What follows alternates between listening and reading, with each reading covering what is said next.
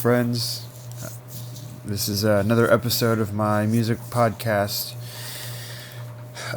This one's pretty cool. It was a really neat opportunity to talk with some of the dudes in the band that I'm in. Talked with two of the Karl brothers and a guy named Ben Miller. So we make up the band Carthy. Chase is in the podcast. He's our lead guitar player and one of the lead singers. Seth, little brother Seth, is on bass. Ben Miller is on keys and I'm on drums. The dudes are super insightful. They have a lot to talk about, and they were super gracious and allowed me to do it. So, without further ado, enjoy Carthy. And I can edit it or whatever. The idea is anything embarrassing, okay? Well, the idea is to say things that are mostly embarrassing. But really? No, Oh. it's not that I'm kind. like, what kind of podcast is Hey, this? scoot over a little bit so you're more in front of the... Can I get water before we start? Yeah, sorry. What about? How about the importance of hydrating as a musician? Like, Overrated. Overrated. In that It experience. depends on what you play. I've never because seen you any can- professional musician drink water ever in my life. Usually it's a fifth of vodka. Yeah, just Red Bull and whatever liquor is laying around on the counter. Theoretically, they've hydrated in the week before the concert already, so... You just never see it happen. It's clandestine. Okay, I'm ready. Okay, now you can't touch the table. Now. Can't what? If you don't have a shock mount on this thing, okay? You can't touch the table. I can't touch the table? Yeah, there's no shock mount. The floor is lava. It'll sound like an earthquake. Oh, You just ruined it. sorry. I was thinking that it's not every day that you have sort of most of a band in most of a band in the same room to do this sort of thing. Time to talk crap about it. The guy is not here. We've been most of band for most of our lives. In another band member's mother's house. Yeah, it's cool. I mean, this is sort of a podcast room even. It's just an interesting environment. Yeah. And situation. I was thinking for something like this that we could talk about sort of the dynamics of being in a band and what like the indie music scene is like, and just sort of share, because the idea behind this podcast is that anybody listening to it could get something out of it at any given point. So say for example, someone's trying to start a band, someone's looking to join a band, Someone's looking to hire a keyboardist. someone's looking to book a band. I'm sorry, Ben. Well, all of those things are legitimately pertinent, and I think it would be cool to sort of give thoughts about that. Not necessarily with any goal to educate any specific group of people, but how about the average musician could get something, the average just music listener could get something, the average promoter, booker, etc. I think it's super cool still to be in a band, and I don't think it's like, a lot of people do bands in high school, and Never did that actually. well, and some people don't get that experience, and some people approach it more in a professional way as their first time. Right. Have we started? Yeah. Oh, yeah. Some people, I didn't know this was going. No, it's cool. some Okay. people associate being a band with being in high school. Yeah. Yeah. And it's, so when you tell them, yeah, I'm an adult and I'm in a band, it's pretty. There's a moment of awkwardness. I mean, I A moment played. of silence. I played stuff in high school with my brothers. I guess I didn't really think about it, but I guess we were kind of like a band. It would always be, let's have. It wasn't always all four of us. Sometimes it was two or groups of three or whatever, and we'd go and provide music for whatever event. Tea parties, actually.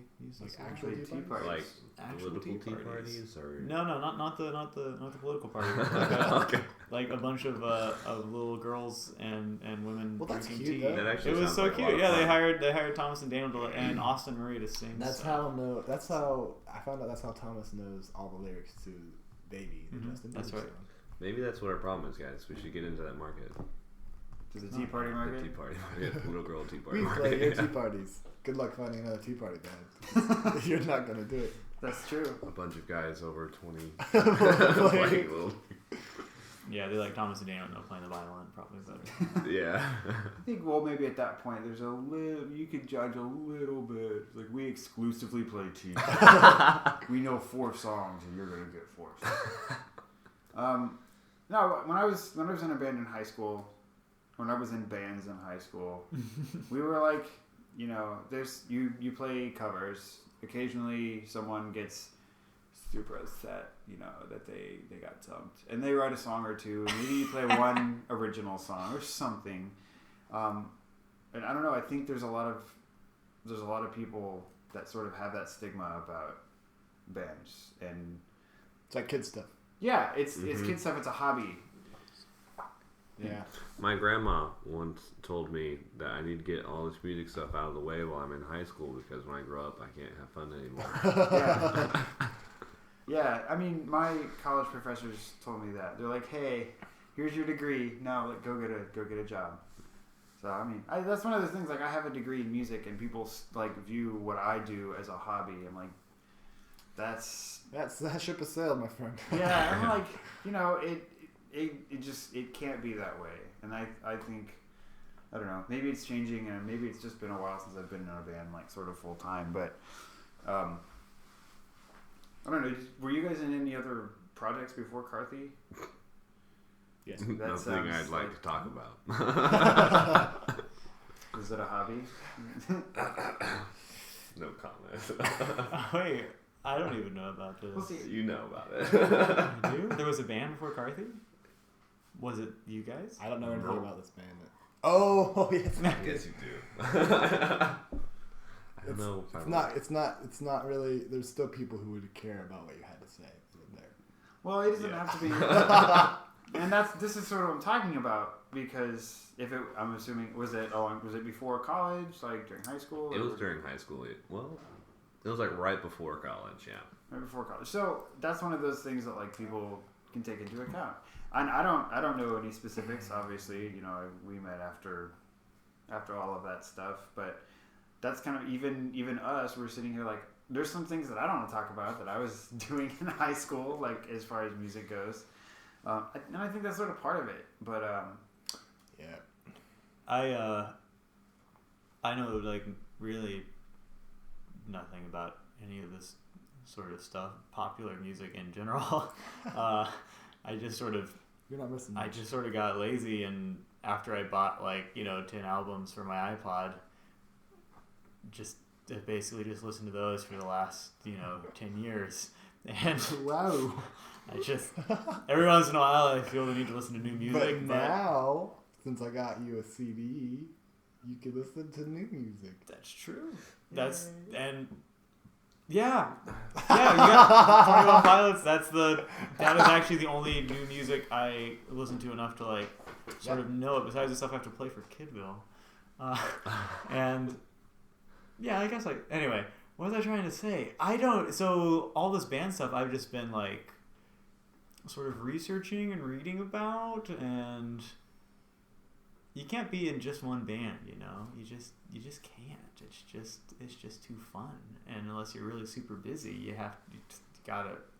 just gotta start playing with wherever you can, with me. You just gotta play where the love is, and play where the money Or the money. and so yeah, I feel like I have no idea what's going on. Like I play with a punk rock band, and I know really nothing about punk rock. It sounds like how they want it to sound. I just sort of try to make it sound like the way they want it to sound, and then they say good job, and I get to go play at punk rock venues and bars and stuff. But I'm sort of learning it all backwards. I get into the music after I'm already playing it. I mean, theoretically, I started playing bass so I could be in my brother's band. Which is beautiful. see, that to me is fascinating, because that's not, to me, neither one of those are really typical stories. Like, You guys are both freaks, okay? not necessarily in a bad thing. As a matter of fact, if you don't have that stigma of like, oh, I'm going to be in a band, people are going to say and think this about me. You're just like, oh, I'm a badass keyboard player, I should be in a band.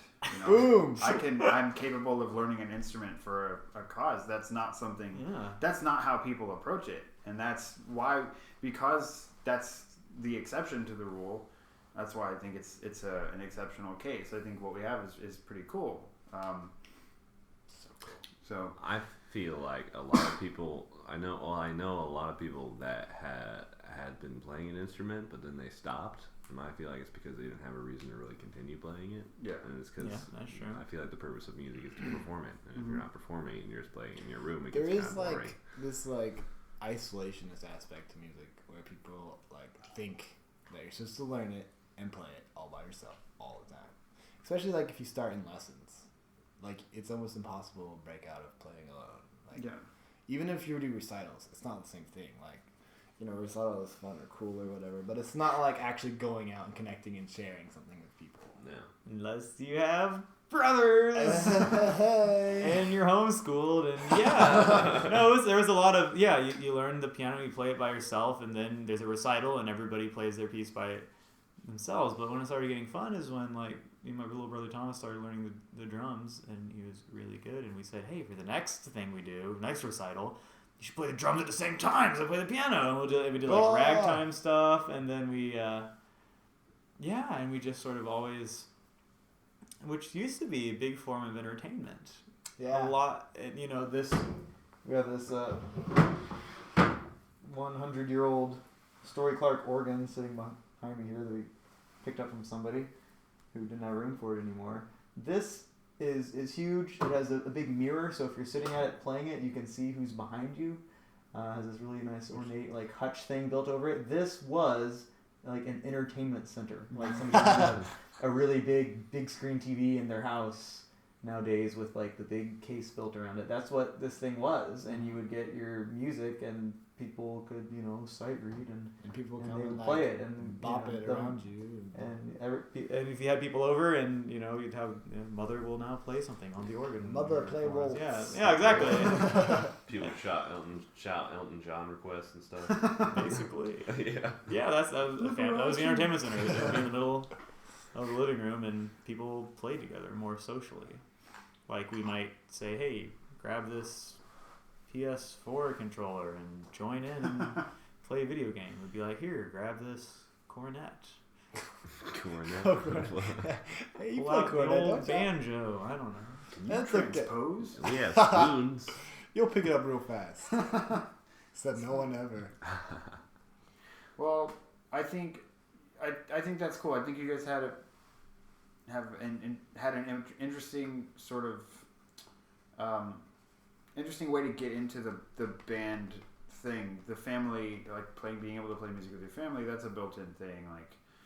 I don't know, sort of the stigma I had was my older sister was a little bit too cool for me to play music. She was a singer, she didn't really play much, and by the time I had started music in school, she was already off, being an older teenager and stuff. So it's cool. I guess that's part of it. Because my bands were always the bands you're in or the group of friends that you're in, sometimes those aren't the best, most solid people. It's just, just sort of the happenstance. And two, it gets really stressful. It can be stressful being in a band, especially, if you're not very good yet. Yeah. And then if you're really, you don't want to destroy your entire friend circle, so you just well, it's better to not be in a band and not try and not, crap all over ourselves and just hang out and play video games. Yeah. But I don't know. I think that's one of the things that's inherently different as an adult. When I came to you guys, it was I came as a professional, as an adult, ready to play an instrument. I think we got lucky in the fact that now we're sitting around a kitchen table talking about music, because I can't do that with everybody that I've played music with. Yeah. I've played with some really talented people and I've made some good music, but I think we got lucky in that way. But it starts in the professional. It starts on the professional side of things, and I think that's what some people don't realize, is that it's not just a social thing. Yeah. And if I see a band that's interacting socially together, like at a show, for example, if they're all still there after the show, that's really cool. Yeah. That's not something that you see in high school. You see it more. You know, Right. the super young kids that don't know what they're doing, they're gonna cling to each other because they got nothing else to do. But, you know, as an adult, What must that be like? I mean, as an adult, if you're old, like say you're old enough to just like buy a drink and stand in the corner after a show, Right, you can do that. That's a thing. Like, Or you could just go home. yeah, you could just get in your car and like take your guitar and be like, oh, "Sorry, drummer, see ya," and then be done with that. But I think that's one of the things. Hopefully, that people listening that would care about what it's like to be in a band now. Like know that stigma is sort of unfounded. Is that it's a social gathering that meets, and then sometimes they play music. And I guess some bands are like that. I guess the sort of exclusively cover bands, they learn their set and play the same songs for 40 years, whatever, Yeah. But people making new music together, like that's not the social thing. Comes either at the same time or sometimes afterwards, after the professional music making thing. I like to think that anyway. I try to be a social guy, but I'm a professional first. Like, yeah, right. Well, I mean, I think, and it's kind of tricky too, because in the music industry, I feel like the professional and the friendship aspect of it, it's so intertwined, and it's really hard to like, I don't know. I mean, for you guys, obviously, like I feel like I'm your friend, and like, I'd want it to be that way, but but it's like one of those things where, but it's weird though, because I feel like, but I also respect you guys professionally a lot, and so it's kind of one of those things in music. It's like a really weird, unique thing. Mm-hmm. I think, like it's like you can, because there's been people who I've been friends with but don't respect them professionally as much. yeah. And so even when I play with them, it's kind of like, okay, ooh, can't wait for this is over, so then I can, then we go back to being friends, but it's kind of one of those things that's really, at least for me, it's hard to have a long-term, like, working relationship with someone in music who I can't also be friends with. Just because you spend so many hours, you do, like, just hours cloistered in places doing stuff together. Reminds me of theater. It's like somebody said, I think my brother Thomas, who's in theater now, he's on a Broadway tour. We were listening to somebody talk about being hired on Broadway and being in musical theater. And they said, you really do have to at least sort of try to get along with people. Because you're going to be in this cast, and music, theater, it's like it's an emotional thing. It's there's a certain, even in if you're being real professional, this is sort of a intimate setting, and especially if you're on a tour, you're going to be with the same people for forever. And at the end of the day, you have to be able to be around these other people, and if they feel like you wouldn't be such a not cool, but such a pleasant person to be around, it just might not get hired. More so than if you were just maybe like the accountant coming in at a real job. Those real workers that do actual work. Well, that's cool, and that's something we can sort of always come back to, I think, because everything relates. What are the things that I, when I'm working with younger folks, educating them about music. One of the first things I do, especially if it's a group, say it's a band, I ask them, like, can you define the word band for me? And they're like, oh crap. Is that like when people play music? I'm like, okay, no. The word band has very little to do with music. It's sort of got a colloquial. It's like robbers. It's like bandits. Right? It's when you steal stuff. A band of bandits. Yeah, that's the same. Well, Sorry.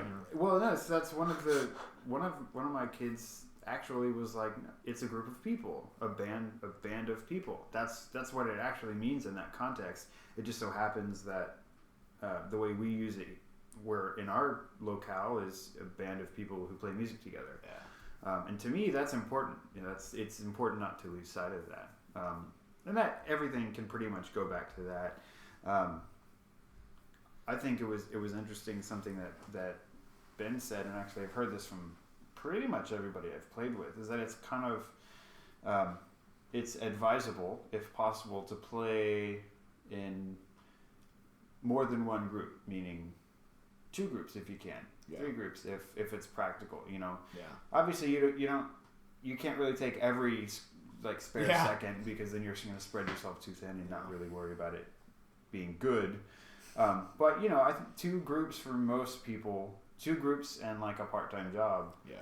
Not necessarily unreasonable in this day and age, just the way that things work out, or you know, some people work full-time jobs and are able to play on the weekends or play a few times during the night. I think during the weeknights rather. I think that is important, because like we were talking about, relating to people, and you are spending all of those hours together. If all you ever do is that, and all you ever stress about is one thing, that can sort of weigh on you. Yeah. Another thing I hope some people can take away from this, you know, I'm sort of in 2 or 3 different projects right now. Plus, I'm trying to work as a composer and arranger, and have all of those different connections, different things to sort of keep me busy and keep my palate cleansed. Because every day I kind of get to do something a little bit different. I think that's for anybody listening. I think it's important to branch out as much as you can. You know, in certain instruments, like I think if you played piano or keyboard, there's a million things you could do with that. You could be an accompanist. You could play solo lounge stuff. You could play in a punk rock band, which is pretty sweet. I don't know, but what are some of y'all's experiences like doing more than one thing at once? I mean, Ben, you're sort of got the most irons in the fire, or at least potential from. It is. That resonated with me what you said about about the. It's just sort of if you just do one thing and that's all you're thinking about. Sometimes there's not. There's only so much you can do with one thing. It's like it just sort of gives you another outlet, I guess. If you can. Yeah, there's something kind of nice about a variety kind of thing, I guess. I actually had a really hard time getting other bands together. Like, there was a time where I went to A&M and I was supposed to start a band with a couple guys from the choir there, and it just didn't work out. People, commitment levels. Sure. Yeah. Apart from like playing with my brothers, it was really hard to find anything that just kept going. For me, I don't know. Are you done? Yeah, I'm done. Yeah. For me, I like playing drums at Kid Bill, or when you needed drums for your play. Like that was really cool. Like, cause like as a pianist / guitarist, like I don't really think in terms of drums very often. Yeah. So like that really helps me like get out of the box, so to speak, and that's helped me with like in production as well. Like programming drums is so much easier when you understand the mechanics. You do something different, you're gonna learn something. It always enhances what your main focus is. And then of course working at the church and directing the choir or whatever. That like I've been doing that now for I think almost 4 years, and I'm still learning. I just haven't. I haven't stopped learning. Like every now and then, I'm just like, oh wow, I didn't ever think about that. Like you just learn something new, and that's really cool. That's really kind of a cool thing to think about, because there's not very many things that I've done that I feel like 4 years after doing it every week, I can still be learning stuff about it. Yeah, it's kind of cool. Yeah, it's not every facet. Like we sort of. I don't know, when I came up through school and like I would take a math test, I'm like, I'm not going to remember this tomorrow. Yeah. I got an A on the test. I will never use this information. Some people use math every day. It's a little different. Yeah. Like, I won't remember how I played a B flat scale on clarinet, whatever. But I think what's sort of one of the things that we all kind of touched on was that even failed endeavors, meaning something that wasn't what you wanted it to be at the time. So like the choir thing, or because I work with singers, trying to get them to do stuff sometimes. I tried for like 6 years to get an a cappella group at Sam, and they were all like, no.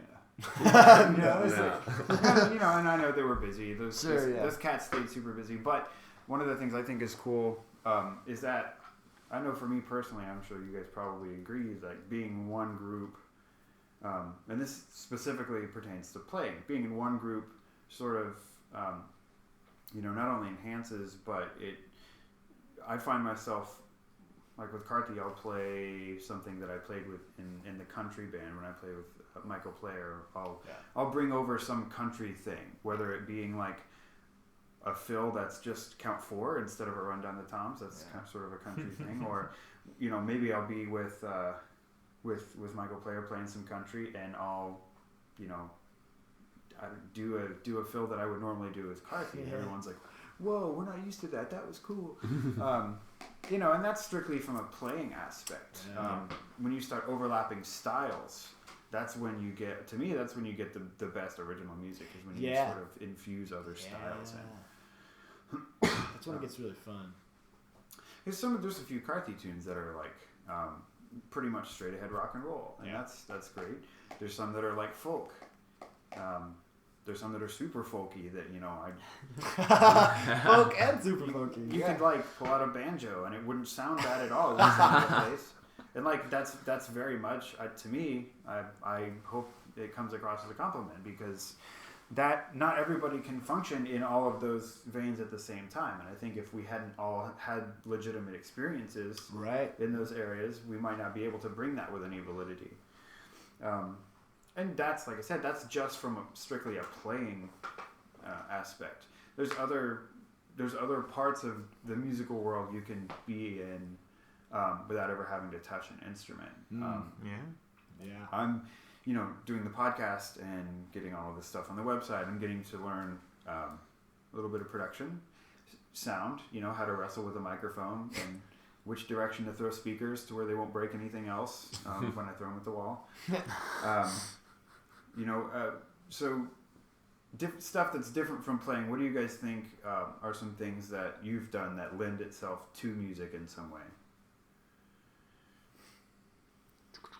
Things that aren't music, or they aren't music? Things that aren't necessarily like playing music. So like not playing an instrument. Yeah, like not playing. I was surprised in 2016 when I realized that you had to know nothing about music to be a producer. Yeah. Especially for like electronic music, modern pop type stuff. The realization that, you don't have to be a concert pianist to make, a great music. To make a great record. Just like, and I mean, obviously, I feel like it's pretty much restricted to that genre. Like, if you can't, you might be a good producer without being able to play an instrument, but that's gonna be your limit there. You're not gonna be able to branch into avant-garde very well. Well, avant-garde, yes, but never mind. I retract my statement. But it's like the realization that there's, especially now with technology where it being where it is, you honestly don't actually have to know that much. And I think it always helps to know. And I say it helps. I think it's amazing. The stuff, if you know what you're doing and you're using technology, you can do amazing things nowadays. So I don't know. That's kind of a rabbit trail, but yeah, I've written whole songs on my computer without using any instruments at all, which is kind of interesting to think about. Yeah. A little bit ironic, I suppose. Unless, I guess, a computer's an instrument in a way. I think it is. Yeah. Honestly, the studio. And, the music that came out of your head, might not have been there, except that you were an instrumentalist and played instruments and sort of knew how the whole thing worked.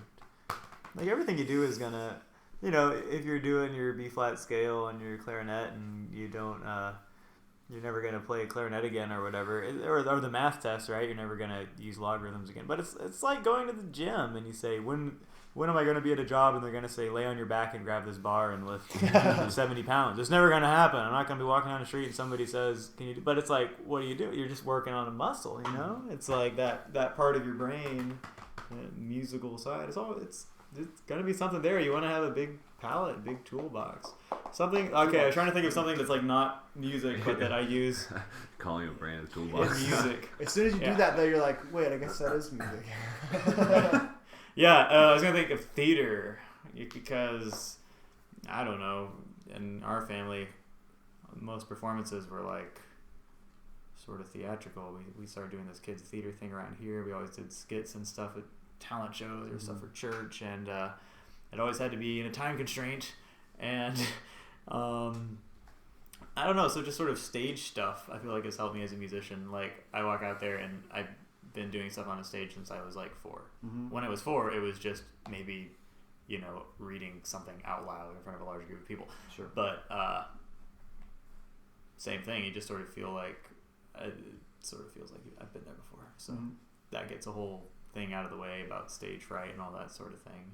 And then theater, a theater show, theatrical presentation, because bands to get it out to the people, you gotta Take it to the people. You gotta take it to the people. You gotta be on a stage at some point, right? I mean, usually that's the fun way to do it. You could just be putting it all on YouTube or making your records or whatever. But the whole thing about being on a stage, that's really some magic stuff there. And then the a show, the flow of a show, maybe an art. It's not like you're gonna have like a story arc unless you're doing like a concept album or a musical theater show. But you sort of get those sort of ideas. That is one of the things that I've learned in my time in playing for musical theater and being around that scene is there's times people in bands, people thinking about live music, thinking about music in general, like, well, live music might be kind of dying out and it's all going to be digital and online, and that's sort of deflating to some people, like enough to the fact where it's like, well, people are just going to have a DJ, they might not book shows, what's the point of being in a band? And then I think theater more so than some bands, just because there's an inherent emotional aspect where sometimes there's no music but there's drama happening, there's feelings being evoked, and that to me is sort of reinvigorates, whatever the word for that is, rekindles the idea that live music is something. And I think of my time as a teacher and all the times that I'm in front of people speaking, or that I've ever had to address anybody, and think, okay, well, when I'm on stage performing, even if I'm sitting behind a drum set, I'm still like working on that, engaging people and making it real for them, to the point where it's that like live music is different. It is always going to be different. It's always going to be better than listening to a recording of something. I think that's one of the things that sort of, for me, and just all in general, since I'm sort of in front of people a lot, if you work a job, you're around people. I think that's something that everybody can take and give to the musical side of things. So I think that's it's important for people to. That's another thing to take away, is like the live music thing is, you just have to see it. You have to sort of take that risk and go for it. Yeah. Well, here's something. What about like bands who use backing tracks? Are they total sellouts? Because that's kind of, I feel like it kind of dilutes the whole live idea. Oh, you think it's like, is it like cheating in your mind? A little bit. Because like you pre-read. So for those listening at home, Seth's talking about maybe you record a great like piano part or a string part or something, and you record that beforehand, and then you play it while you play live. Exactly. But nobody's actually playing the piano. It's pre-recorded. That's what you mean by backing track. But there's like 3 other people up there still playing different right, and there's parts, still plenty of people, and maybe you won't even tell. It'll just sort of be there for support, a backing track. Well, I don't know, Seth. Is it cheating? Is it real music? Well, I mean, because before computers and stuff, they'd have the 3 extra people, and then if they wanted the piano, they'd give a piano player, right? I mean, that's the way. Not necessarily. No. Well, you could have a backing track before, home computers. You just need a tape. It's true. Tape. Yeah, this backing track's been a thing for a while. Yeah. I think there's two sides of it. I mean, as a drum set player and percussionist, my part sometimes is the one that's pre-recorded. And there's a certain level of practicality to that it's one of those things that I think a lot of things, especially in the music technology world, are bred out of necessity. Like somebody needed it, or they probably wouldn't have done it. Maybe not, but somebody needed a drum track, but they didn't have enough. They're not making enough at every gig to hire a drummer, or they have a drummer and you're good. Any number of things. And so, I mean, you know, when the 80s came around, and you know, sequencers and drum machines were kind of coming around, and they were like, oh, now I can be a one-man show, and you know, I get my Moog synthesizer going, I have a drum track going, I have a delay pedal. Well, now I'm one person making the music of 6 people. Right. I think, you know, if you're going to do that, if you're going to have that sort of vein, that wouldn't practically be possible maybe on acoustic instruments or without some sort of recording. Now, for the example of, say that there's, I mean, we can use Carthy as an example. There's some stuff that would be really nice to have if we, like, sort of a ghost 6th person. Yeah. Right. I don't know. I have not necessarily come to a personal conclusion about that. I do think that there are some times it would add a lot to have a 6th voice and have some extra parts going on, or maybe even a 6th and 7th voice. The thing is, I think if for it to work, for it to be a legitimate addition to the show, it needs to be something that,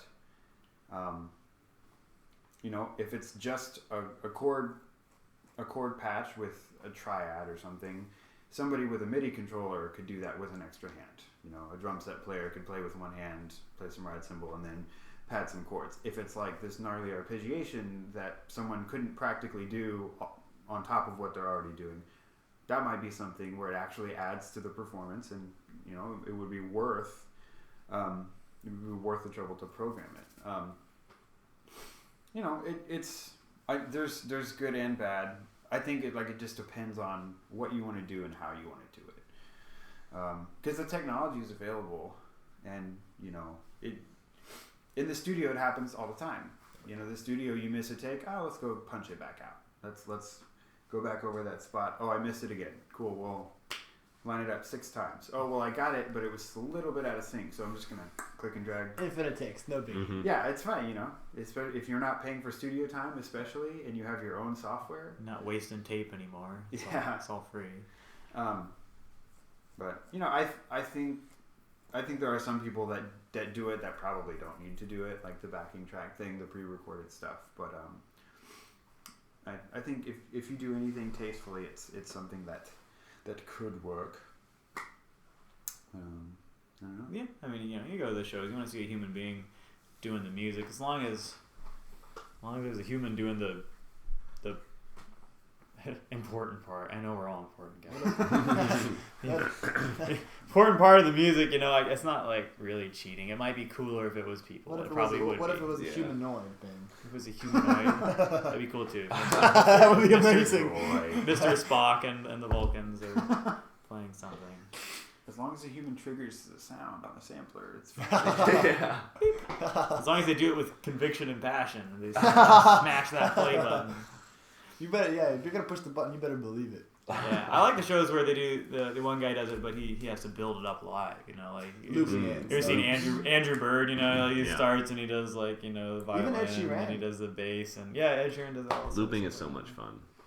That's pretty cool. It takes forever. It takes forever to listen for, like, you know, 20 minutes to hear a 5-minute song, but it's pretty cool. Though, the looper is, I think the one that Ed Sheeran uses is actually it quantizes too, and so even if it's a little bit off, you know, it puts it right back where it's Oh yeah, they have rhythm. They got rhythm quantization. I mean, they have, you know, pitch correction I didn't know live. They have loopers. pitch correction for live shows, and we could people use it all the time. It's all cheating, Seth. The minute you're in front of a microphone, I feel like we're getting to the question of what is music and what is art. Unless you're sitting in I the don't even woods wanna get singing with just your voice. Well, art. we could quote Babbitt and Crumb all day. But who wants to do that? Well, that's another thing that I think is an interesting topic, and we can sort of segue into it, especially now since we're sitting around just piles and piles of music technology from it, you know, spanning 100 years. And I think that's really cool. That's one thing that it makes sense that we spend time and effort and, you know, frustration trying to figure out the technology that we have available to us. You know, 20, 30 years ago, the laptop I carry around with me to do everything that I do was sort of not a thing that happened. You know, people carried around manuscript books and then made copies and then made photocopies of that and, eventually sent things to like a rudimentary version of a computer, or, the pickups on your guitar, there were 2 instead of 3, or there was only a bass guitar with 5 strings instead of 6. Or the microphones you get were $600 and 15 feet wide, I think one of those that's an interesting discussion, and I'll put it to you guys. What is your favorite piece of technology that you think has helped maybe us as a band, or you as a musician, or the musical world in general? Logic? I know, it's like so accessible, and like everybody has it, but oh my gosh, I use it so much because literally it's like I write one verse of a song, and before I go any farther, it's in Logic. Mm-hmm. For those listening at home, Logic is a digital audio workstation specifically geared for composers and writers of music. Exactly. And when you look at it, like when you pull it up, because before I became a modern techie, I was a techie for the stuff that was the Beatles were using, and when I realized that when I pulled up Logic that I had more stuff than the Beatles had to record every album from start to finish, sitting in my bedroom. Yeah. I was really I didn't know what to do. But with then, myself. how can you ever finish a track? There's so many more knobs you haven't tried yet. There's that. And that's the thing. There's a how weakness, can you ever finish? So that's the flip side of the coin is that Too many options. There's too many options. Too blank of a canvas. Too many mediums. So it almost really comes down to you have to be a really good decision maker if you're going to be a producer or a recorder or a writer, because you have a zillion decisions and you don't have time to explore every decision that modern technology offers you. And you hear about artists, purposely limiting themselves, right? Like, I'm going to film a movie, but it's just going to be in this one room or something, or, a self-limitation for art, because there is just so much with the technology they can do. With music is Jack Black. He does that a lot. Yeah. He literally on stage has things organized in a way that are Jack Black. Sorry. Jack Black. Jack's going to go with it. I know, right? Jack White. He has his stage set up to be literally inconvenient, so that because he knows his set, so he'll make it so he has to be at this mic for a certain time. Right. I've heard about this. And then he has really crappy mics, really crappy guitars, because it challenges him because obviously he's okay. Like, he could buy all the best equipment and sit in the middle of the stage and never move and have 5 backup bands do all the things. That's part of the. But that's kind of Is it part of the music, or is it part of the artistic experience of a Jack White show? Is this the show? Because there's playing an instrument and there's playing an instrument with showmanship. There's literally a world apart. It's 2 totally different things. No, definitely. I saw a show and they had this band up on the stage, and my uncle was there, and he was like, "Okay, so they seem like they're awful." And I said, "No, they're not. They're all really, really good." I said, "That's like a pit band. Like, they're used to being down there in front of the stage playing the orchestra. Where it was like a Beatles tribute show. They had them all go up on top of the stage, and they were all like a little bit out of their element." I said, they're great musicians, but they're not like performers type thing. They're used to being. They had the sheet music, and they were reading the charts. They're pros. But yeah, the performance thing, it's really for all the high and lofty discussion of what is art and what is music. It's there's 100 or maybe 200 people out there, and they want to be happier than when they came in. Yeah. That's whatever it takes. We're using a backing track if you're running around. If you're really auto-tuned mics. Using auto-tune if you're It's easy to get really that's kind of your job. Now there's a thing where it's what do people want? What is good for people though in the long run? What should you really be giving people? People never want what's good for them. People don't want you gotta find the happy medium. And they're like, "Hey, that was really fun," and then they're like, "Gee, but that was really that touched me at some level." There is it's essentially you're always just looking for that next tool that allows you to connect with people. Mm-hmm. And it's like, it's really easy to get caught up in the discussion about music, and what is right and what is wrong, my musical ethical dilemmas. But at the end of the day, it's kind of like, you know, is this going to give people a better or a unique experience? You know, and if it does, then just do it. Yeah. I think so, and I think if that's what your goal is, then it's kind of like use what you have. Yeah. I think it's important though with all of these sort of technological advancements and you know your stuff like Logic and a microphone you can put in your bag or ways to distribute things instantly to millions of people all across the world. Amazing.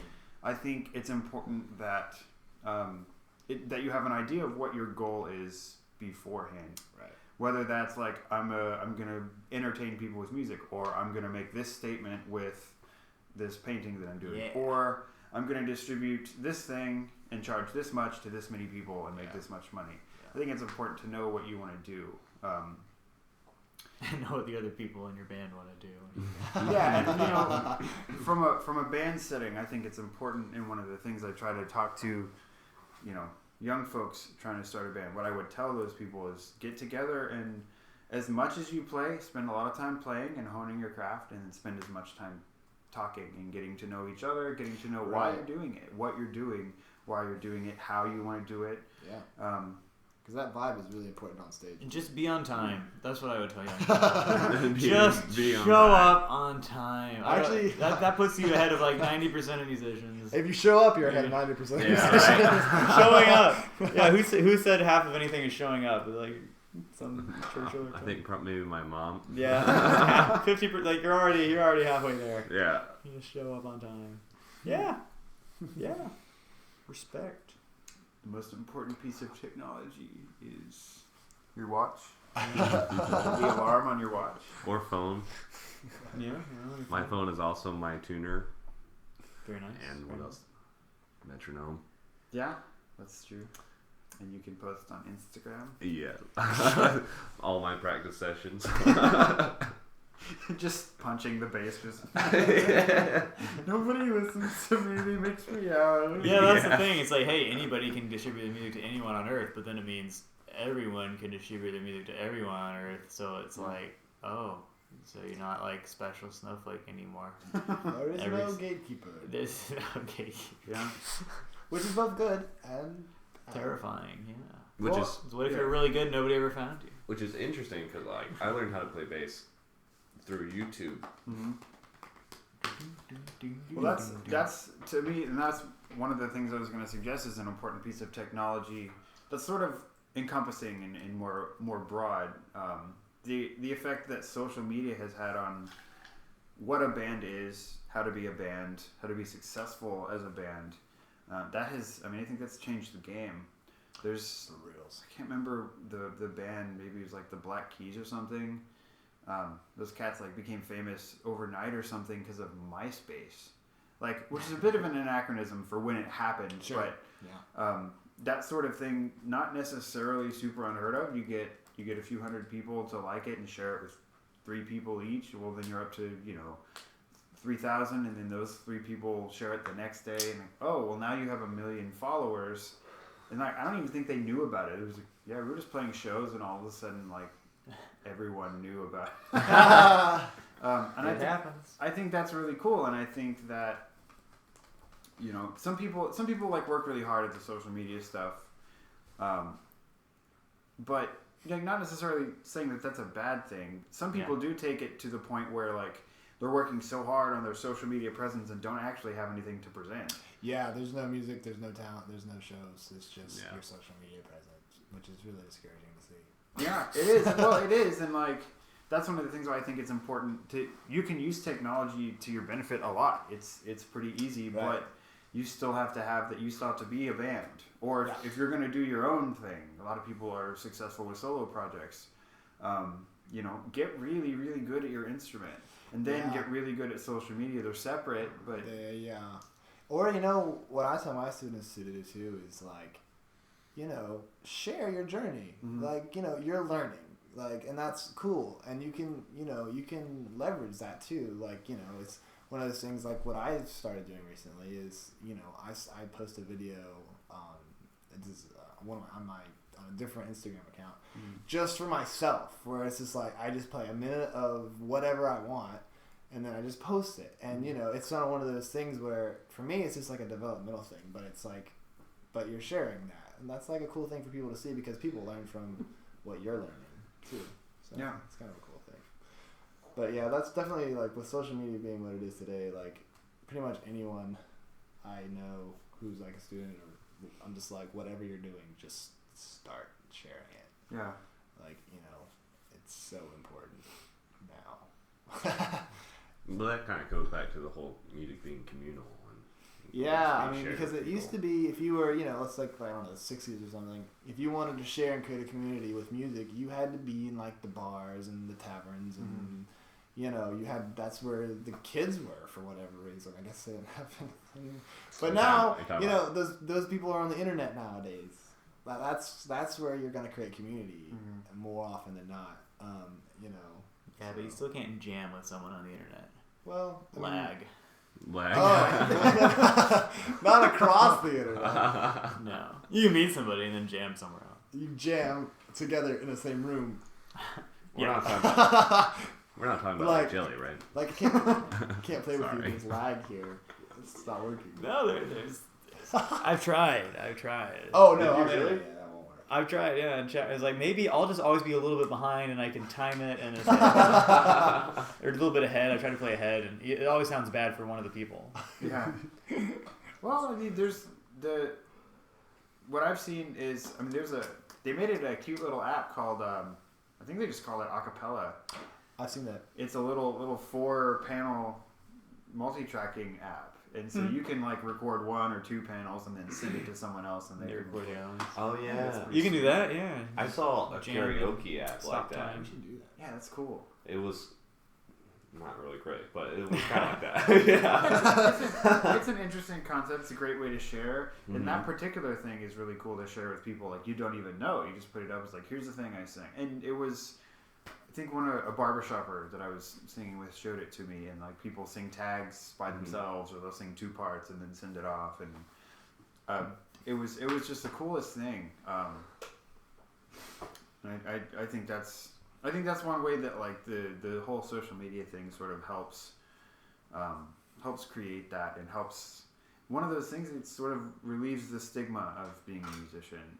And maybe for some of the people that would go out and just play bad shows forever, maybe they're getting their thing out. They're getting their catharsis on the internet and able to share it. And so since those people are not at your given like open mic, or they're not getting booked somewhere and putting on a bad show and running people off, the people that are like, yeah, we're ready to do this live, we want to take it to the next level, they're the ones getting sort of the spotlight. And I'm curious to see, I'm curious to talk with people in other regions to see if that's sort of the case. I haven't noticed anybody that we've played, before or after in our shows that's just been really, really bad. I've seen really bad groups on the internet that seem like, those would have fit at that show. I'm glad they didn't come because they weren't ready or whatever. But everyone we've played with has seemed like cool. I bet they have some stuff on the internet, but they've been practicing and are ready to play for people. Yeah. Yeah. Really vital step. Yeah. We've played shows where the people weren't ready. We've played shows where we weren't ready. That too, yeah. I mean, I think if you wait until you feel ready, you will never play a live show. Yeah. Like if I'm like, at least that was my experience. I mean, maybe don't go like audition for the X Factor or whatever. No, don't do that. But play in your driveway and invite. There's something to having somebody watching you do something. If you have to make a speech and you practice it a million times in your room, that like 3 times practicing it in front of like your mom is going to be more valuable than like a million times practicing it in your room. It just is. Because you'll do anything by yourself. You're amazing. It's like, the words just flow. I did a play in someone's driveway one time. Yeah, how's that? That's not. I've seen the DVD of that play. But all of that, as crazy as it was, Links to that play will be in the description. And maybe you'd be embarrassed to watch that now as you're young and a kid, but it's preparing you for being a performer and being on a stage. Thanks, a little bit. You got a little bit more comfortable. There's always something. There's always a little baby step somewhere. And even like listening to a bad band, you'd be like, why are they bad? How can I be good? It's true that you say that, because I would say that was sort of the beginning of our family's relationship with each other. Oh yeah, that's how you met. So That's like- Seth was friends with my little brother long before me and Chase were friends. That's right. So that's sort of how that happened. Sort of how it all He kind started. of brought us all Me together. and Ben just had a lot of bad beef to work. Now Ben's We were just off it, work. now Ben's in our School. band, and we all love each other. It's great. We love hugs. That is true. If you ever need a hug. So that's kind of a Little hug. Carthy show. If we're out of free stickers, we have free hugs. That another thing I think is cool, and I think it's always fun to get people's perspective on is I don't think stage fright is really an applicable term anymore. I think that fear is sort of more complicated than that. I think that I think being aware of your own stage presence is more apt of a description than stage fright. Ah. But I'm curious as to what you guys think. Like, do you feel like you still get stage fright? If not, why not? What prepared you for that? Or if so, what are the things that go through your heads? Raise your hand. Can I go first? Sorry.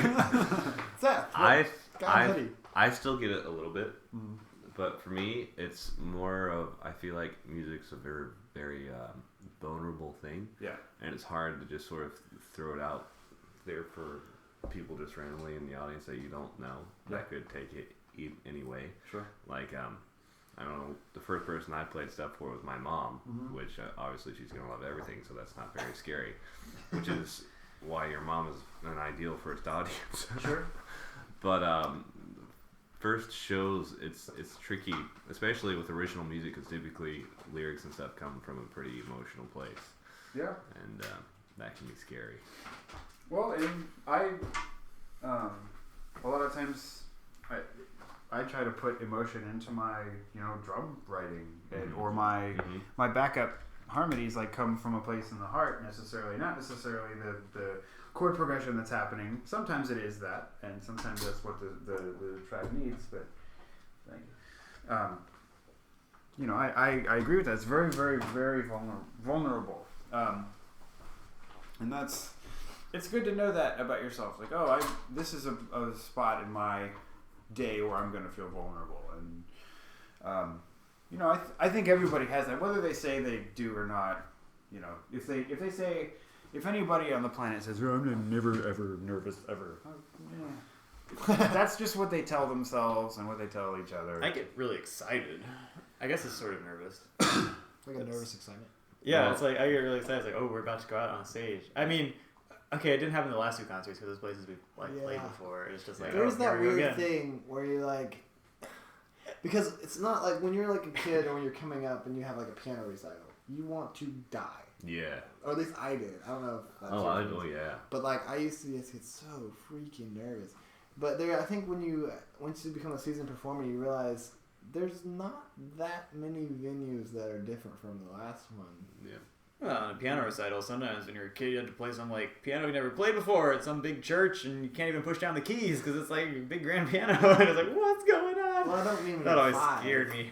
And with It's scary.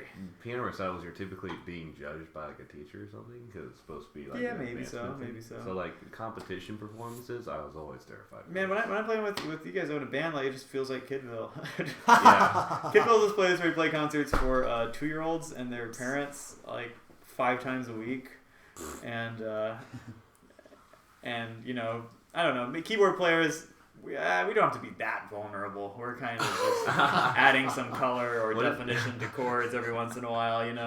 Bass players just if you mess up the bass, you messed up. What did you say, John, about people who said that they're not vulnerable?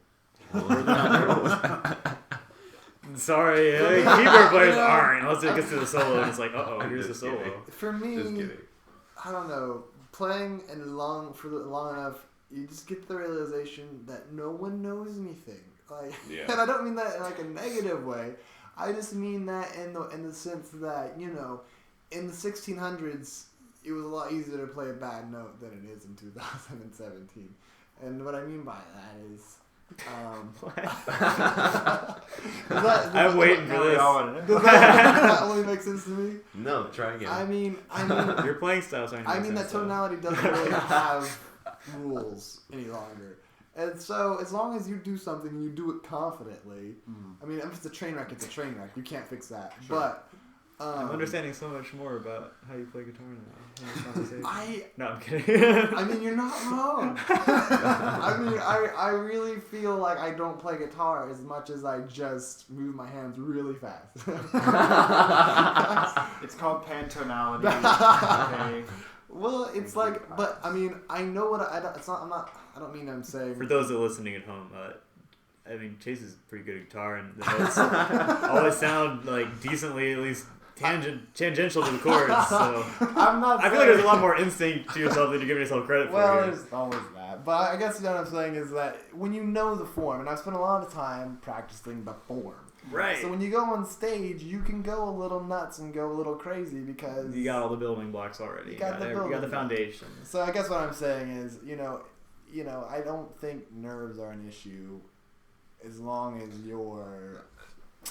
I don't know what I'm trying to say. Tell them what your favorite guitar teacher told you that one time about the audience. Well, you just essentially, like, my first guitar, I had to perform Ode to Joy on classical, like a classical guitar arrangement. And it's a lot, pretty classic. Anyway, so it was my first time doing this, and some of the guitar teachers were like, it's one of those things. You just gotta be like, man, F the audience. Like, they don't know crap. Yeah. They're not gonna recognize the majority of this melody. Yeah. And like they're were not you, gonna. Were you like distorted and plugged in and everything? No, it was totally acoustic. Oh, okay. Totally. I thought you were like doing like a Jimi Hendrix No. national anthem thing or something. How old were Haven't you? always been a rocker, What? How old were you?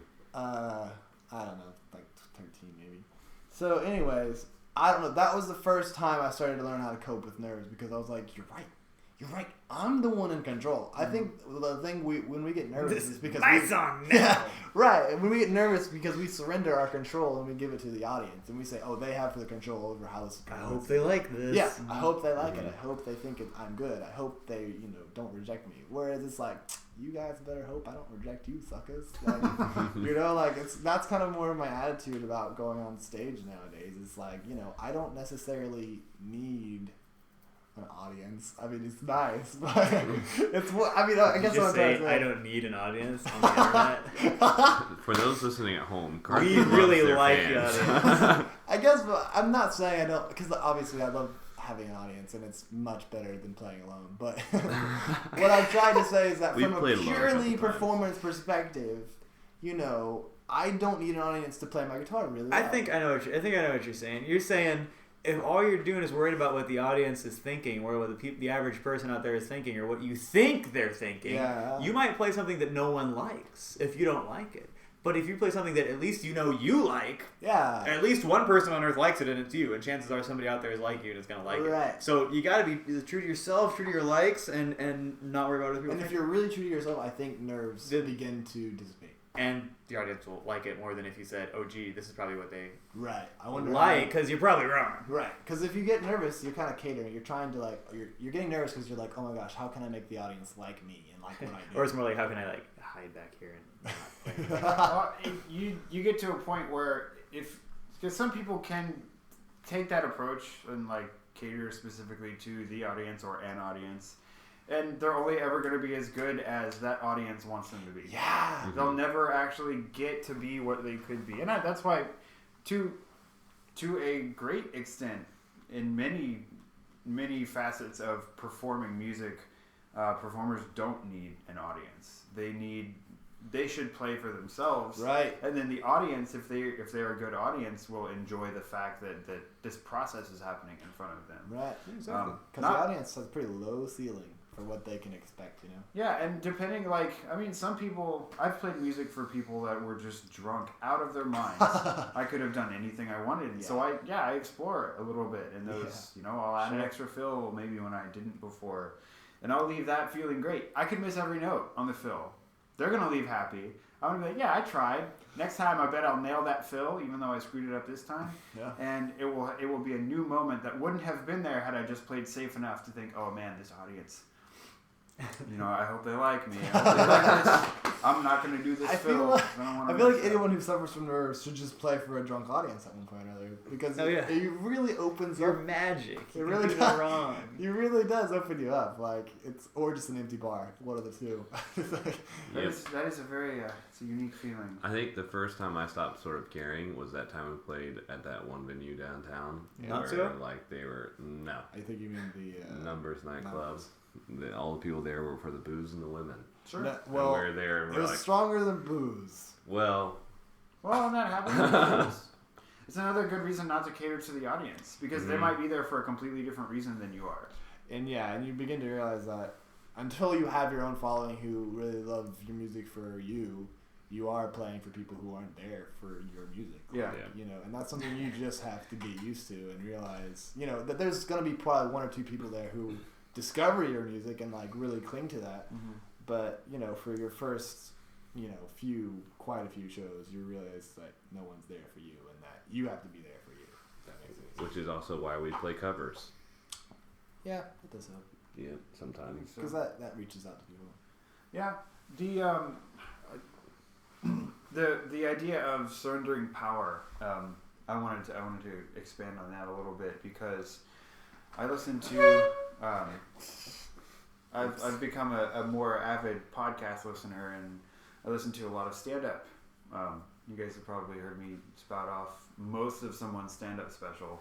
And if you're not familiar with it, it just sounds like I'm really funny. I'm super not funny. I think you're... I'm just... Oh, we think you're funny, John.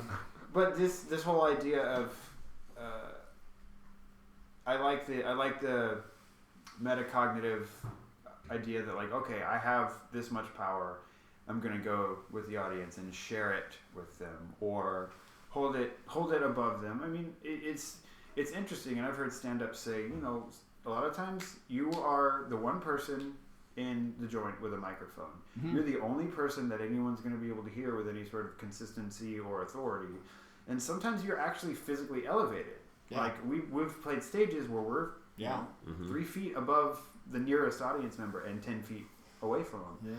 Yeah. That is a position of power. Like, some people don't realize that. Some people see it as like a pedestal. Yeah. And sometimes it sort of is. But mostly, if you really think about it, you're driving the bus. Yeah, you got the control. That's one of the things that you know, when I'm teaching, be it a class, you know, when I was a band director, it took me a little bit. I had to use some of my performance experience to be like, oh, I'm the one. I'm sort of piloting this ship. Yeah. These kids are going to do what I say unless I let them do what they want to do, because they want to get on Snapchat and eat Cheetos, and I want to play music. So I'm just like, hey, we're going to play music, and that's the option you get. It's the same thing. I think, you know, I take that when I'm performing. I'm going to play drum set. Absolutely. If you want to listen, you should stay in this room, because that's where you're going to be able to hear it. If you don't want to listen, then... It really is a management position when you get down to it. Like, you realize that, like, you're there to tell the audience what to do. And it's not, and it's a very difficult. Clap you. It's a difficult balance, obviously, because you can't like be like bossy or whatever, but you are essentially directing their attention and how everything that happens is going to be perceived. Mm-hmm. It's like a dance, you know. Yeah. You know, if you're the lead in a dance, you know, the follower doesn't have to dance with you. They don't have to say yes. But if they do, then you gotta lead, and you bow at the end, just like in music. Right. You know, we should bow. Set the rules. Wouldn't that be classy? We should do that. Like the Beatles, you know, the Beatles bowed. I said that idea like 3 years ago. I know we actually used to do that. I just totally forgot. I just forgot that we used to do it. We're doing it. Next show, you heard it here first. Oh yeah, stand up. Whatever that is, whenever this gets posted, the show after that. Drew, if you're listening, we're gonna bow next show.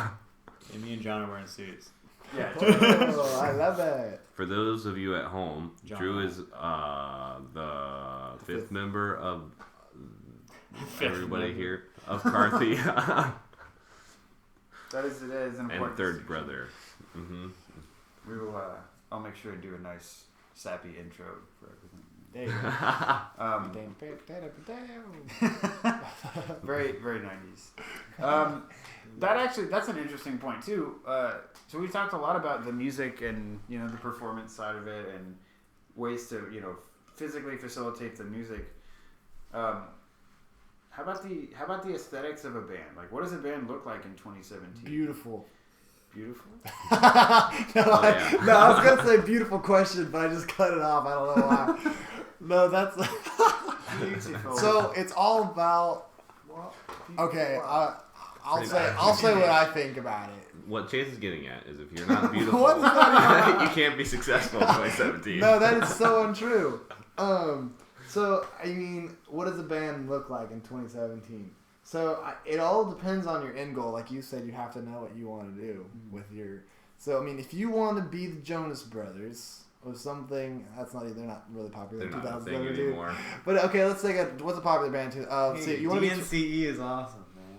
Yeah, actually, that's 21 pretty good. Pilots is the biggest thing right now. As far as bands go, they're like the biggest band that's been around for a while. So it's kind of one of those things that like, they didn't follow any of the rules. And so it's one of those things where, what does a band look like? First off, the band, no matter what it looks like, if it doesn't have good music, it doesn't really matter what they look like.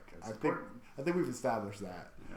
But it's always good to touch on because, people are like, how to be successful? What do I need to dress like? And I'm like, what does your music sound like? Because if it sucks, you shouldn't be doing it. But You're just like you play your instrument well. yeah, right. There is an aspect to that. Like, one of the things that we get a lot is that we don't dress like we do drugs all the time. There's an aspect to that. Like, people want to know that, like, I mean, they don't necessarily, I mean, it depends. Okay, it's just so much. There's so many variables. Okay, so who's your audience? So if you're going for your audience and because you don't know who your audience is if you don't know who you are. Mm-hmm. So it's one of those things where I think, there's this it's really tricky balance because on one hand, you got to be yourself and you have to be true to what you do. But on the other hand, if what you do is really weird and you scare people, you're not going to be very successful. But that's what you like. There's an audience for that. That's That's the thing. You'll never scare everyone away. Yeah, okay. Okay. It depends on, so here's the thing. The variabilities depend on your what level of success do you want, where you want that level of success to be, and what level of people you actually want to reach. So like, if let's just say you want to be as big as humanly possible, you have to have that online presence. You need the platform shoes. Yeah, It's not an option. I mean, You need the tights. You need the capes. you got the people. Well, it's kind of. So are you talking about like clothes? Well, that's why. No,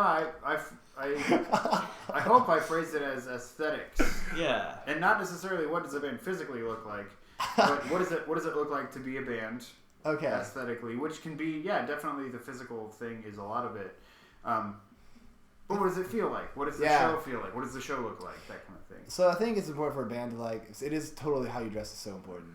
It's so important. And I think you just have to find out who you are and who the band is and really go for that. Because how you dress says a lot about how you sound and who's going to come to your shows. But also, like, the stage, that's really huge too because, obviously when you're coming up to the ranks, whatever, you don't really have much control over what's on your stage. Mm-hmm.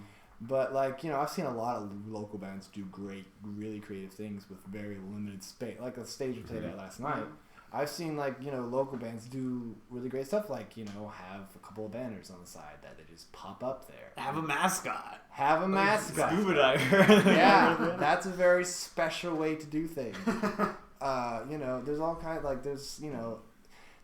I think the other thing to think about in 2017, I don't think there's one look, there's one aesthetic, which is kind of cool because if you think about other eras, anyone who was successful generally had a very similar aesthetic to the people who came before them. You Yeah. know what I'm saying? But I feel like in 2017, like this year, like last year, you know, I think 21 Pilots blew up, but they came out of nowhere, and their aesthetic isn't really like anyone who's in the mainstream. Well, it's hard to tell right? In the 90s, you're like, well, gee, everybody in these decades had these certain looks, and now we all look different. But then when you look back at the 90s, you realize everybody kind of looked the same. Right. Yeah. Somebody will look back at 2017 and say, oh, yeah, everything was sort of... We just can't see it now. We don't know what it is. I know. It looks normal. It's like the air. It's like Yeah. you're breathing the air. It's Yeah. like... Yeah, it is. Really, I didn't know. When I lived in the 90s, I was like, huh, you know, the 80s had a thing, but the 90s totally doesn't. But now I You look back at it and it's like, oh wow, my gosh, it stands out like my plaid and way. construction Yeah. boots, really? Frosted tips. Yeah, that's what I was thinking of. Yeah. The boy band thing. It's like we don't even know what it is. It's Yeah, probably I know. something to do with beards. And- Beard and beard ornaments. Yeah. It's in a Starbucks cup. 21 Pilots doesn't have beards. Yeah, I don't know, man. I They'll think figure it out. it's so. I think aesthetics are so open ended now, and especially with the tech evolving the way it is. Like you know, it's changing so fast and so much. But I think you know when you're first coming to coming up, I think you just have to figure out a way to stand out. Like you know, I think a successful band will always find a way to stand out aesthetically. Man, I was just realizing, I always wear sunglasses at your shows, but I remember being a kid doing a piano recital where I was going to play a blues piece, like this little kid like blues piano thing, and I walked up there and I sat down and I pulled these sunglasses out of my pockets and put them on. Then another time, it was like the Christmas recital, and I was supposed to play We Three Kings, and I walked up there and I put this like wrapped this turban thing around my head, like I was one of the Magi from the Orient and your nativity set, and played We Three Kings, and I realized I've always worn some weird hat when I was a kid, playing a lot of these talent shows and piano things. Brilliant. And it's like, am I wearing the sunglasses so I can like hide my identity, so I'm not as vulnerable, so I can just jam out and not care what anybody thinks and close my eyes and I don't have to care about it? Maybe. But also, it's just fun, and I'm like, if I'm going to be in a large room of people going nuts and making really loud noises at people, I mean, it's Might going to as be well. fun, so I might as well dress up in a fun costume because I don't, There's something to be said for that. Because I remember I had my first piano recital in college. I wanted to die. I was so nervous. And so I was like, you had to wear all black. No Right. exceptions. But I had these flaming white cowboy boots. Oh, man. With like 3-inch heels on them. Like huge heels. And I was like, screw it. I'm going to wear my cowboy boots to this recital. And so I did. I put my cowboy boots on, and I was like, I'm less nervous. I already look like an idiot. I can't mess it up anymore. And so it really helped. Like, I did a really good piano recital because I was just like... Yeah. I feel like If you just like, if you jam out on the piano, right, and you like look like you're, Stevie Wonder or something is going nuts on the piano, and people are like, oh, who's this guy? If you have sunglasses, it's like, oh, okay, this guy knows he's an idiot. Right? He's living up to it. It's like, okay, he kind of in on the joke, right? That's what I hope it comes across as anyway. That's actually an interesting thing when you think of the aesthetics. Is Self-aware. that honesty. Like, Yeah. I think more than ever in 2017, like people spot a gimmick You want- so far away. You want to feel everybody in the audience, and maybe the honesty is a gimmick now. I don't know. I don't know either. I think Well, everybody, it's gonna- like the millennial thing, right? You want to go to a show and you want to feel like you could be friends with these people. You don't just want to see good musicians. You want to be like, wow, these were cool guys, and we're gonna totally connect on Instagram and yeah. and be bros.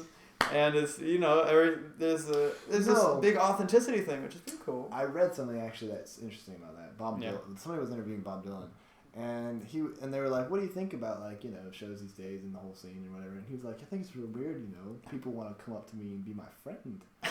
And he's like, "They come to my concerts like they're my friend." And he's like, I would just as soon go and try to hang out with Van Gogh because, I'm his fan, therefore we should be friends. He was just totally taken aback by this concept of relatability. Right. And I was just like, That's wow, that's so interesting. I mean, it's Are totally... we starved for intimacy because of our phony Facebook friends and screen connections? My 800 Facebook friends are real. Okay.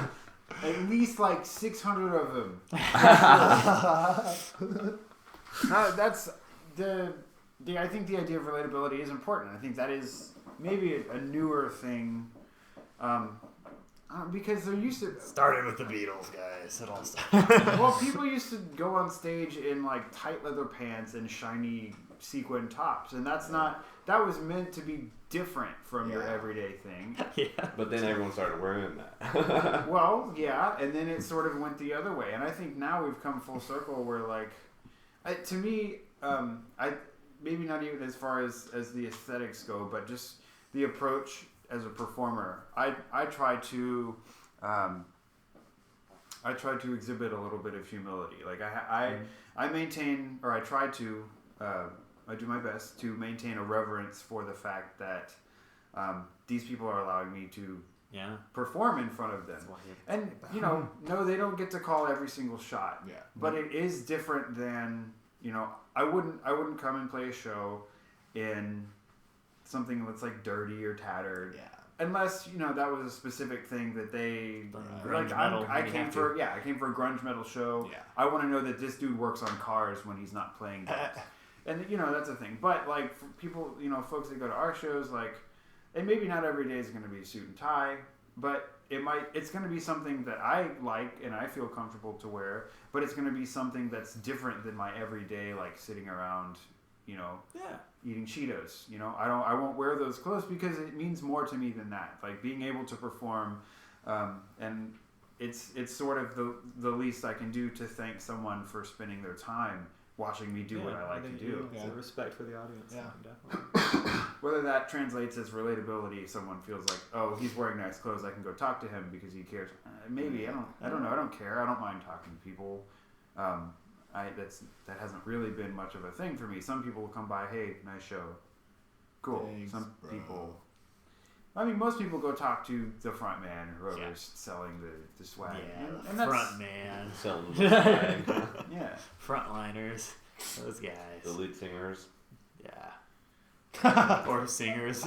Yeah, Sorry, Seth. whatever dude with a microphone. It's fine. I get it. So that's.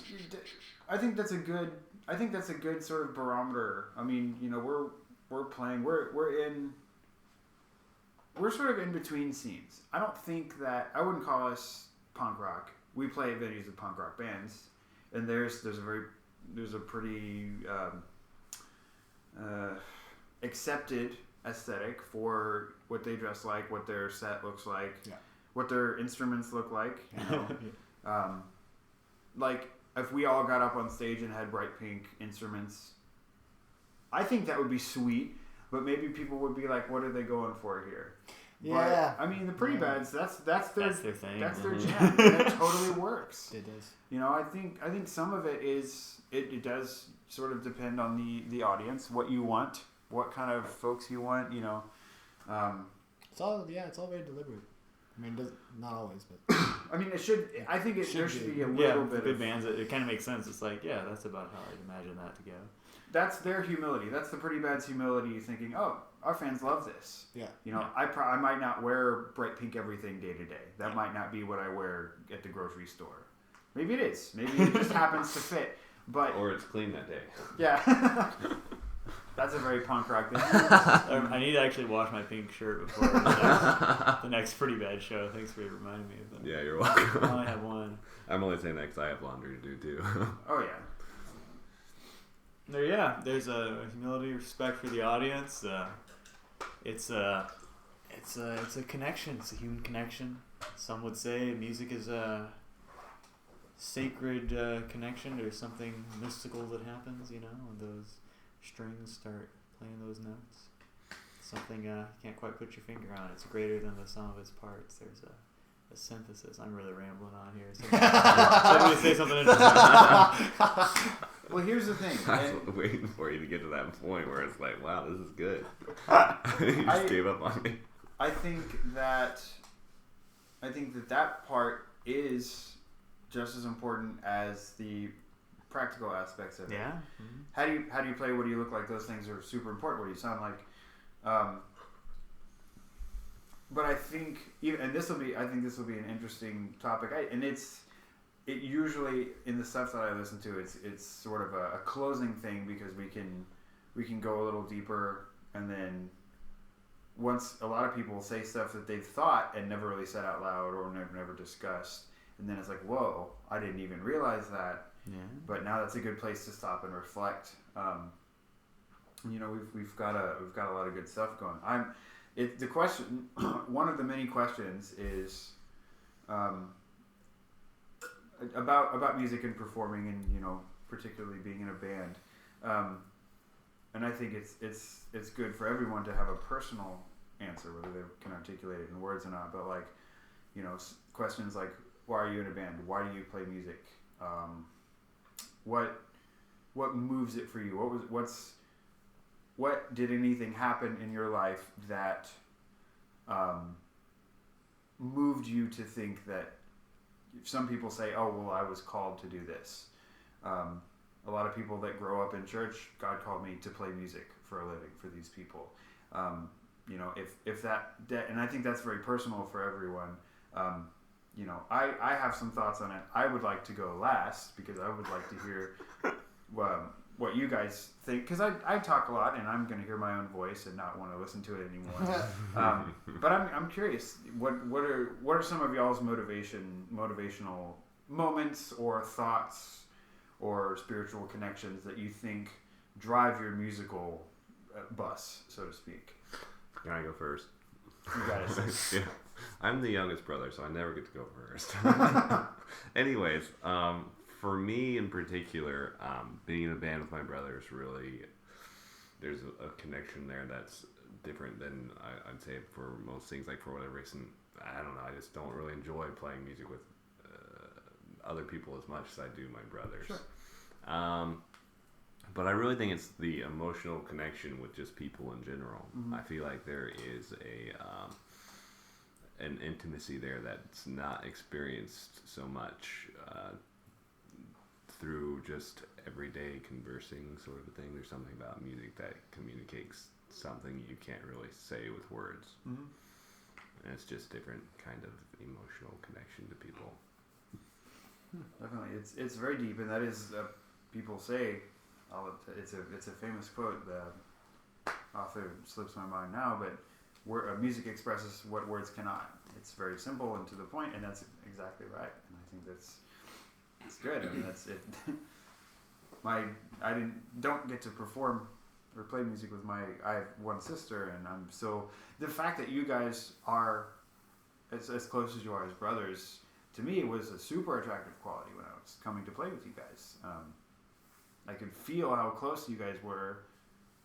I mean, the photos alone, there's body language in photos that makes very evident what you're saying. So that's cool, and that's very good. It's sort of right up that alley. So the question is, why are we playing music? Yeah, one of the sort of in a broad sense. In a broad sense, did something move you to play music? If we'd like I'm sorry to interrupt. If we'd like a more physical reason of why I'm in music, I was like 8 years old, and my mom forced me to join the local homeschool choir, and I said no, and then we got in a fight, and I cried, and that's why I'm in music. Wow. That's just as important. Yeah. But now you're happy that happened? But now I'm happy. Okay. Yeah. I didn't want to take piano lessons. Isn't that funny how that goes? I wanted to quit guitar so bad. My mom wouldn't let me. No, I didn't even want to start. I was like, oh, nice. That's with all the... Because I'd seen, like, in movies and stuff, and seen laying around the house, like, the sheet music, and I said, there's so many things to read at once. Like, I thought it would be, like, reading, like, 5 books at once. I mean, kind of. It's still kind of. But I was like, how can you do all that at once? Like, it would just hurt my head, and I don't even want to try, because I know I could never do that. And turns out I actually really can't do that. What I was imagining when I was a kid was like, how can you do a different thing with every finger and read it all at the same time? Still can't do that, but there's still some fun stuff along the way. So so that's good. But why do you play music? Gee, why do we do anything? I think music's really... why do we do anything? I think, yeah. Why do we go grocery shopping? Music's really important, guys. It's hard to say why, you know? I think I can say why. Oh, Chase is going to say why. Okay. Go, Chase, go. And it was an experience I had that just, like, turned me around. Because there was this like huge period of time ever since I like was 16 till I was about, I guess, 22. I felt like I was really good at it and I really enjoyed it, but I just constantly didn't understand why anyone would do it. Mm-hmm. And it was one of those things, I still struggle with it from time to time. I tend to devalue it. Mm-hmm. And I don't know if it's just because it's so much part of my life that I just tend to think it's not important. But what happened was, I got this gig once a week playing at a nursing home. And it was, really kind of scary. I don't know, nursing homes have always kind of scared me. I don't know why. I try not to let them scare me, but they usually do. And, so I just went in there and I would just play for about an hour and I would just kind of improvise, over like Ray Charles or, this tune or that tune or whatever. And I wouldn't stop. I would just play for an hour. And these old folks would just come out of the woodwork, and most of them could hardly talk. Like, it was one of those things, a lot of them had, Alzheimer's and just every kind of affliction you can imagine. They were experiencing this. And the first thing I realized was, oh my gosh, like, this thing that I'm doing and showing up to do and not really caring about is literally making these people's week. Mm-hmm. It was the weirdest realization that they were coming out and trying to dance. Yeah, sure. Yeah. They were actually trying to stand out of their wheelchair and dance. Mm-hmm. Like, these people who never moved were trying to dance. And I was just like, that was the first thing. I was like, what the heck? What is this power? What I don't understand. The second thing was just the relationships that I started to get with them and like how much appreciation they showed me. Mm-hmm. I would sit for a little bit before I left because they would want to talk and they would, tell me, oh, your piano, it reminds me of when I was young. Mm-hmm. I remember this one summer, me and my husband, we were, in this place, and there was a piano, and he was playing music, mm-hmm. and we were dancing, and it reminded me, and and I was just like, I just wanted to cry so much. And then one of the last things that affected me during that time was I was playing piano and doing my thing, and so one of the nurses comes up and says, hey, this lady right here, she has some pretty serious Alzheimer's. Like, she can't really, remember anything. But she used to play piano. She used to teach piano. And I was like, oh my gosh. And she was sitting right there. And I was like, do you want to play? And she was like, oh, I could play. And I was like, oh no, please play something. And she was like, oh no, okay. And she I was like, what's your name? And she's like, oh, I don't know. She didn't remember things. Mm-hmm. And she couldn't remember, she could barely remember her name. She rarely, sometimes knew where she was, but it was just, she really was out there. Mm-hmm. And she sat down, sight-read freaking Phantom of the Opera. Yeah. Her fingers knew exactly what to do. Yeah. And in that moment, I was like, I don't know what it is or why it is, but music is like one of the most powerful forces on earth. Mm-hmm. That these people who are at the end of their life are sitting here playing music they've heard their entire life, listening to music that they've heard this in their entire life, and it is all coming back. They remember it all. It all brings. It's like, I was just like, what the heck? It's like a completely emotional thing. Mm-hmm. But it was, in that moment, I was like, I know why I play. Mm-hmm. And it was just like an absolute light bulb moment where, from that moment on, I was like, I know why I'm doing this. Mm-hmm. So, that's my story. And so that's really why I did it, man, because I realized that at the end of the people's life who have listened to, our music, I trust that because what we do is with passion, with honesty, and with sincerity, that they're going to remember it, and they're going to remember it as a time and a thing that made them happy. Yeah. So, that's fine. That's good enough for me. Yeah. It's totally reasonable. Somebody could hear something we play tomorrow morning, just randomly, accidentally click on it on the internet, and that song changes their life. Yeah. It's ridiculous. That could be the song they remember when they're in the Alzheimer's care. Yeah. Makes them dance. That's awesome. That's great. Yeah. Powerful. It's a deeper question, and that's one of the things. It's heavy. It's hard. It's a hard question. It's a really hard question. And sometimes there's not an answer. Some people are just like, I don't know yet. Right. Yeah. It hasn't been made evident to me. You don't always know. I mean, I was just as devoted to it as I was before, like that experience, but I wouldn't have been able to communicate it.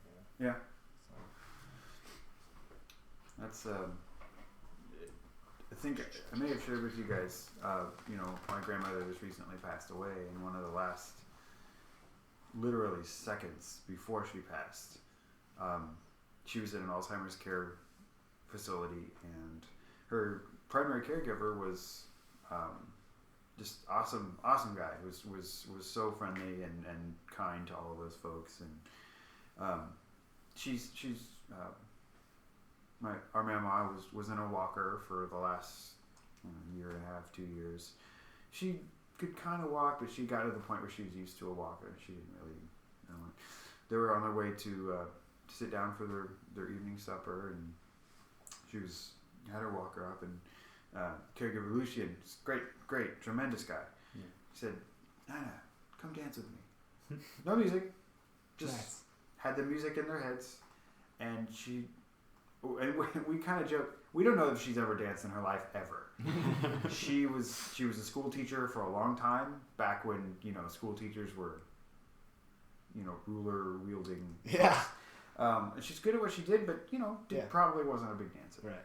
And she danced with this guy, and we have to have a video of it because it was on their security camera recording.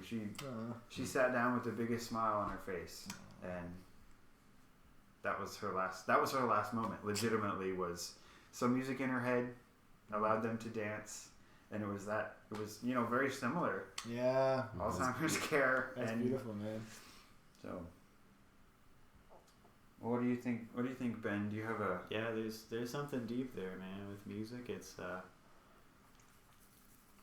there's makes you feel certain ways without words, without even context. Sometimes you don't need to know that the song is about a puppy dying for it to be like a sad song. Mm-hmm. Maybe somebody will hear it and think it's a happy song. Sure. Without context, but it will do something. It will touch some part of you that is, your soul. Mm-hmm. And it's like soul food, man. That's what music is. It's a little glimpse of another language that we sort of all sort of know that we can speak, but maybe forgot exactly how or something like that. Does that make any sense? Mm-hmm. When people talk about, people write about heaven, it's full of music and stuff like that, and a lot of that sort of imagery, and a lot of religions out there. I think there's a reason why we're attracted to music so much. Why do I like playing music?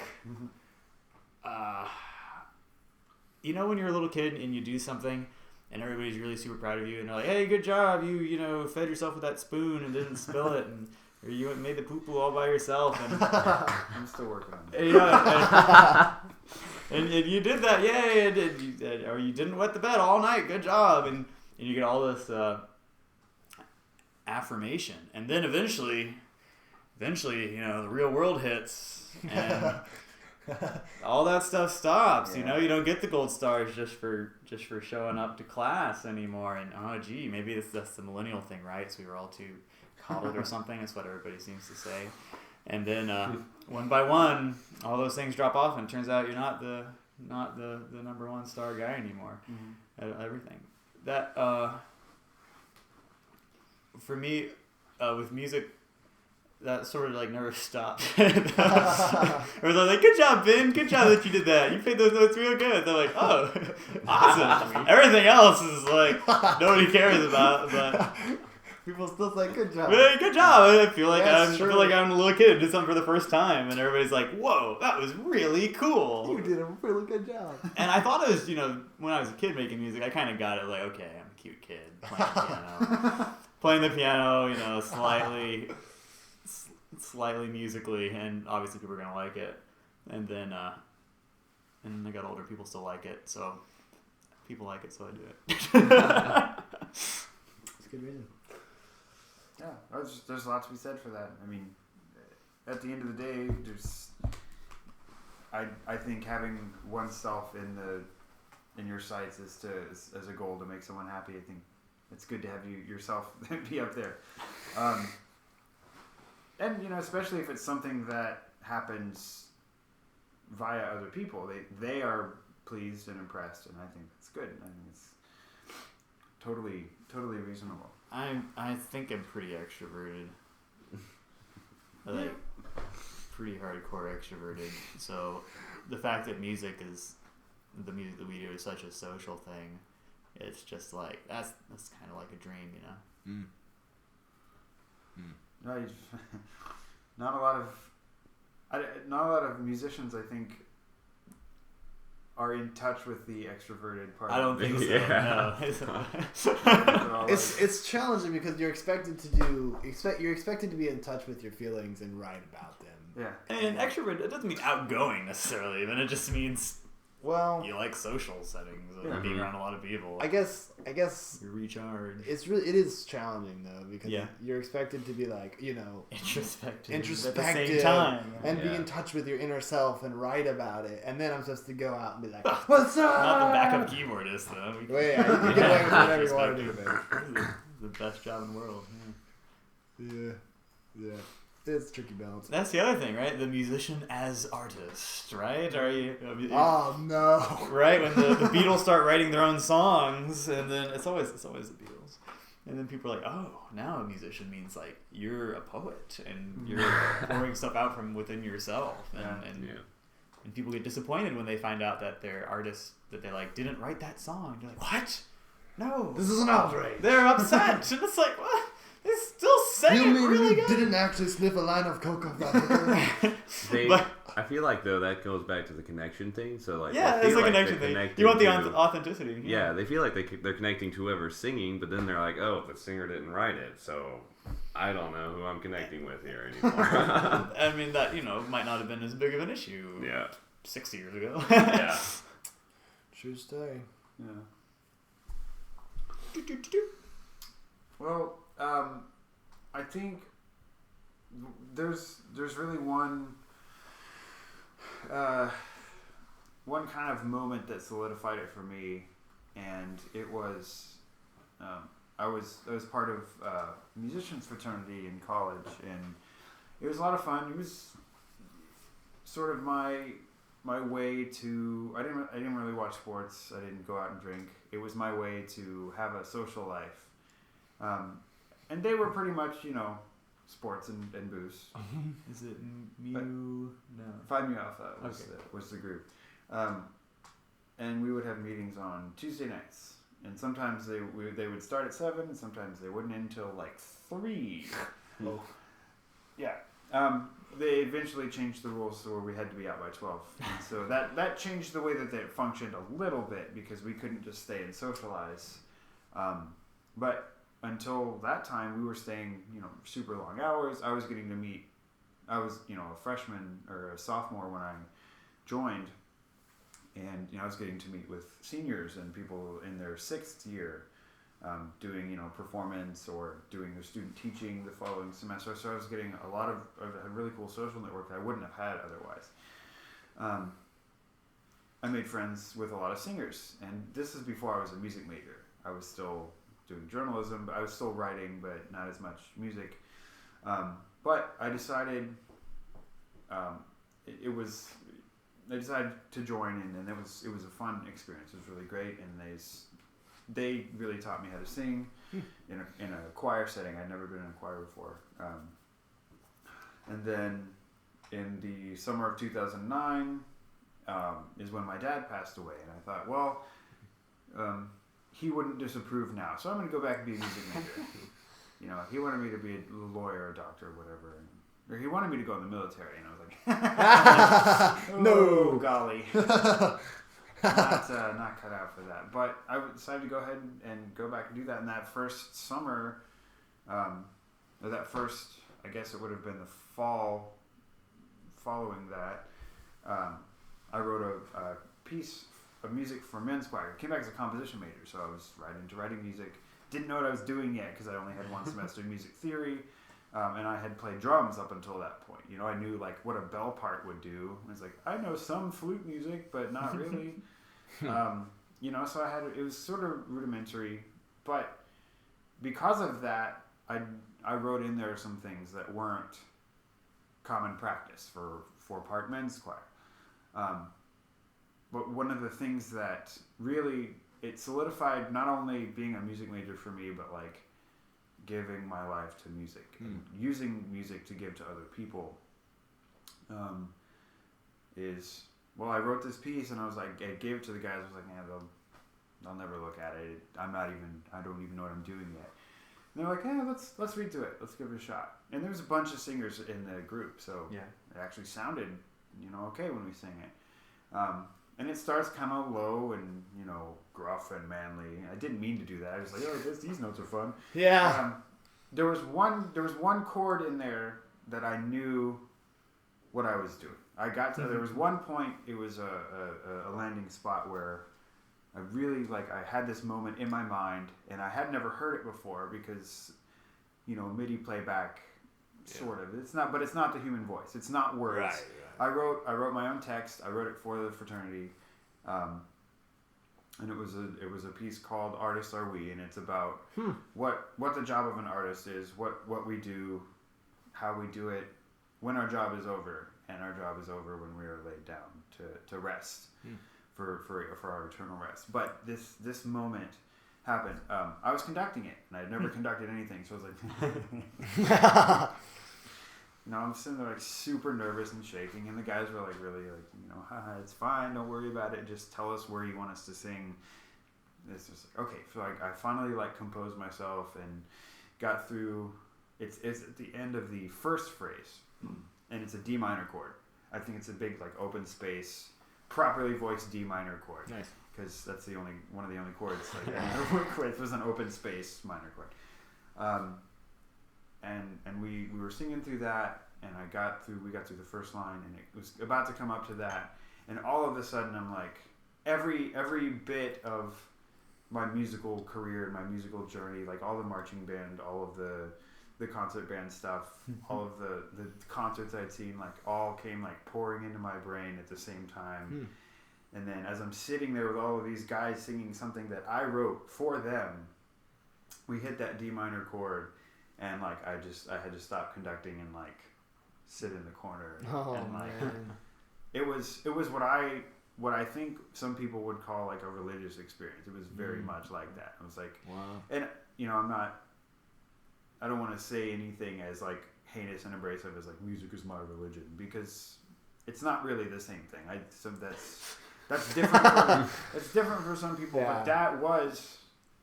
Regardless what music is, Right, that was definitely a religious experience for me. Absolutely. It was haunting and touching and moving in a way that literally changed my life, changed the rest of my life, and everything I do sort of goes back to that. There are times where music is really hard. Yeah. Music as a professional, as an adult, trying to make a practical living with music, it's hard sometimes, like existential dread hard. But then I think back to that random Tuesday night where those dudes gave me a chance, and they didn't mean anything to them. They'd sung a D minor chord before. Yeah. But I'd never heard them sing my D minor chord before. And that to me was like, okay, that's why if I'm playing drum set, I'm going to sing backup. That's why if someone asks me to arrange something, I arrange it in 2 different keys. That's why if someone asks me to do something for drumline, they get a 5 bass drum part, a 4 bass drum part. There's a cymbal line part, it's optional. There's an extra keyboard part, a 2 keyboard part. It's like I have to I have to give like everything that I have into that. And there's, you know, some practical ways where like maybe I'm not going to be able to spend 10 hours of time writing something that really should take 1 or 2.